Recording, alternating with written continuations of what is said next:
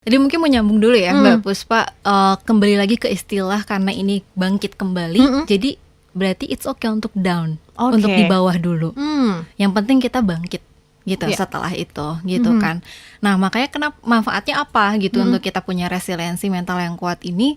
Yang pertama pasti membuat kita meminimalisir si pain itu sendiri ya, rasa sakitnya gitu. Oke. Karena dengan kita beradaptasi, menyesuaikan diri, melihat dari point of view yang lain gitu, masalah itu tidak akan terlalu menyakitkan nanti buat kita Mhm. gitu si masalah itu yang pertama gitu.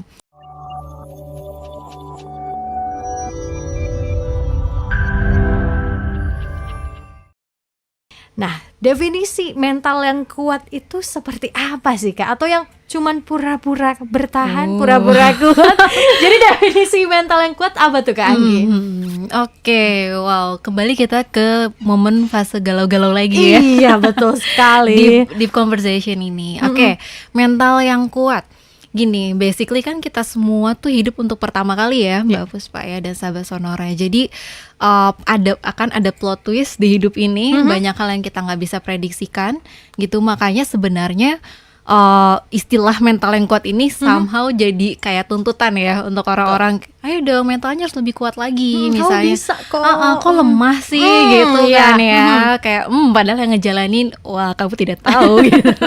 Kayak gimana rasanya gitu ya. Tapi kalau di psikologi, istilah mental yang kuat ini sebenarnya lebih apa ya? Bisa diwakili dengan istilah resiliensi. Resiliensi. Resilience gitu. Jadi itu adalah kemampuan gitu ketika kita mampu untuk menyesuaikan diri secara Adaptasi. psikologis, adaptasi secara psikologis di tengah kondisi atau pengalaman yang tidak menyenangkan ataupun yang sulit. Oke. Gitu. Jadi bukan tidak menangis, bukan tidak bersedih gitu ya, tapi kemampuan untuk adaptasi, menyesuaikan. Gitu. Dan kalau istilah lainnya resiliensi itu bouncing back. Apa tuh? Bangkit kembali. Oke. Gitu. Jadi kayak kalau bola tuh balik lagi gitu. Gitu. Artinya memang mental yang kuat itu bukan artinya jadi manusia yang super ya, yang kalau lagi sedih nggak nangis, terus yang pokoknya kuat banget gitu, nggak melulu gitu ya. Yang pasti dia bisa adaptasi. Jadi Betul. seseorang yang bisa adaptasi dengan kondisi yang nggak seenak nggak enak pun dia masih bisa, ibaratnya ya walaupun kadang emang sulit ya untuk tersenyum di saat kondisi yang sakit ya, baru putus terus harus curhat kan jadinya. Kita lanjut Baru aja deh. putus lagi. Kita lanjut dulu deh ini. Oke. Sebenarnya manfaat memiliki mental yang kuat atau cepat beradaptasi ini apa aja sih Kak Anggi? Oke. Jadi mungkin mau nyambung dulu ya Mbak Puspa, kembali lagi ke istilah karena ini bangkit kembali, jadi berarti it's okay untuk down, Oke. untuk di bawah dulu. Yang penting kita bangkit gitu setelah itu gitu kan. Nah makanya kenapa manfaatnya apa gitu untuk kita punya resiliensi mental yang kuat ini. Yang pertama pasti membuat kita meminimalisir si pain itu sendiri ya, rasa sakitnya gitu. Oke. Karena dengan kita beradaptasi, menyesuaikan diri, melihat dari point of view yang lain gitu, masalah itu tidak akan terlalu menyakitkan nanti buat kita gitu si masalah itu yang pertama gitu. Dan yang kedua membantu kita untuk growing, untuk bertumbuh. Jadi masalah itu bukan membuat kita stuck, tapi justru itu ya, ini mungkin agak klise ya, kayak oke, kalau ada masalah ayo itu membuat kita bertumbuh. Tapi in fact benar gitu sebenarnya. Masalah itulah yang meningkatkan life skill kita gitu kan. Oke, manfaatnya membuat bertumbuh, kemudian juga bisa Mengurangi stres ya, rasa mengurangi sakit. rasa sakit itu tadi ya. Dan kenapa kok mental yang kuat ini penting untuk kehidupan kita sehari-hari?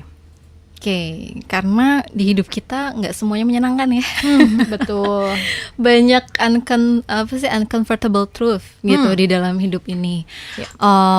Mungkin kalau kita nggak ada norma dan lain sebagainya, kita pengennya misu-misu aja gitu. Ya, kayak aduh semuanya bikin capek segala macem gitu. Jadi ya yang utama sih biar kita survive gitu di kehidupan sehari-hari. Even dari hal kecil ya, misalnya kerja gitu ya, untuk kita tetap kerja gitu, kita perlu mental yang kuat ini, yang resiliensi ya, yang kuatnya bukan berarti nggak nangis tadi gitu. Jadi karena kalau nggak kuat mental kita, kita bisa dysfunction sebagai manusia. Jadi kita nggak berfungsi dalam artian nggak produktif lagi, karena nggak punya energinya gitu. Iya. Terus kayak nanti even ngurus diri sendiri pun ya nggak bisa gitu, kayak nggak mandi gitu. Yang tadinya misalnya skincarean gitu, Iya, cewek-cewek iya. nggak juga gitu, barang-barang berantakan dan lain sebagainya. Jadi hal sederhana aja bisa kita nggak urus sih gitu. Oke, itu penting banget sahabat Sonora, apalagi di masa-masa menantikan hasil dari pemungutan suara nih. Harus dengan mental Harus yang kuat. dikaitkan Iya, ya, oke. benar-benar. Jadi ini soalnya kemarin rame Kak Anggi.